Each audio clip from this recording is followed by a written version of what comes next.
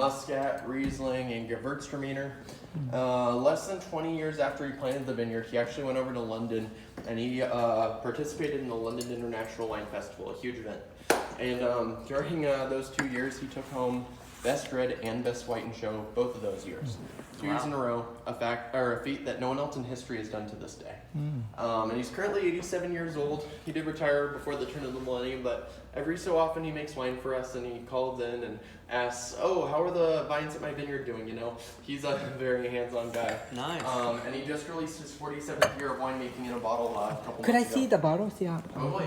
So yeah, this is the 2019 Hannah. This is the lightest and smoothest Pinot Noir from Tualatin Estate every year.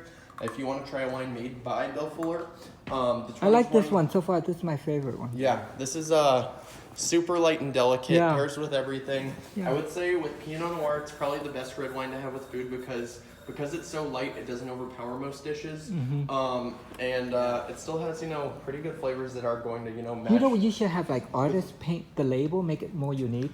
As much as we would love to do that, Jim probably will keep the standard label just because, well, it's not flashy. You don't.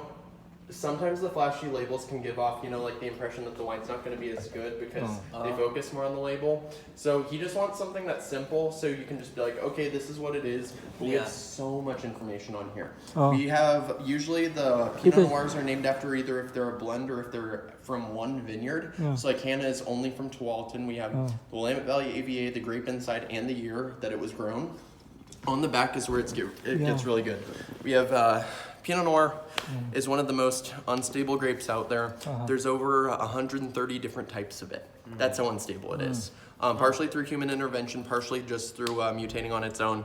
But this Pinot Noir has 4 different types of Pinot within the bottle. We have the soil types at all the vineyard sites, the one vineyard site where it's grown. All the barrel information, so how many months in barrel, how many new and old barrels did we use, and how many total barrels produced. Smaller production size is the more expensive, more flavorful it'll be. And the new and old barrels are new barrels age the wine and add flavor. The old barrels just age the wine. They aren't doing anything. They just finish the job for us.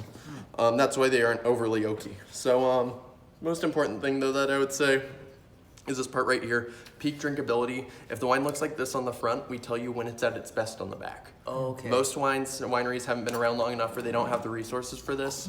And we're telling you when to drink the wine because so many people think all wines are ageable and then they just buy it, hold on to it, and then it's vinegar. And that's the last thing that you want. So yeah, I didn't know all that stuff. Yeah, so I just thought, hey, if you let it age. So something like a Cabernet that's bought from a good winery probably could have 15, 20 years on it, potentially longer depending on how good it is. Pinot Gris, Pinot Blanc, Rosé, Muscat, any of like the stainless steel whites you drink within 5 years. You could also say that about our whole cluster Pinot Noir, stainless steel red.